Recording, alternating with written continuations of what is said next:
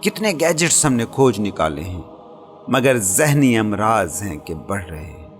خواب آور گولیوں کی بکری زوروں پر ہے، نشہ آور ادویات و مشروبات شدت سے روب عروج ہے۔ یہ نشے، یہ شرابیں، یہ گیجٹس، یہ انٹرٹینمنٹ انڈسٹری کا عروج، یہ کیا بتا رہا ہے؟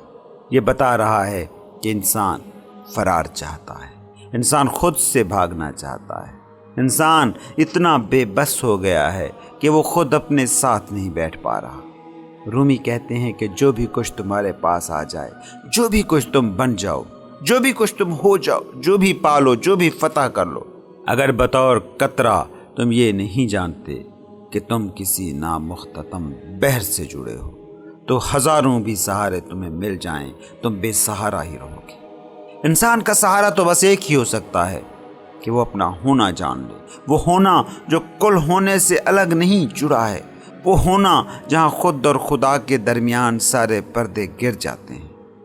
ہم نے نیمنگ اور لیبلنگ کے ذریعے سنویت کی حامل یہ دنیا تو تراش لی، مگر اب ہمیں ان تمام تر سہولتوں کے باوجود بھی سمجھ نہیں آ رہی کہ کیا کریں۔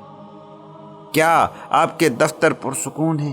کیا آپ کے گھر پرسکون ہیں؟ اور تو اور آپ اس مقام پر پہنچ چکے ہیں کہ دنیا میں ایک اکیلا انسان بھی موجود ہو تو وہ بھی اپنے ساتھ پرسکون نہیں ہو سکتا۔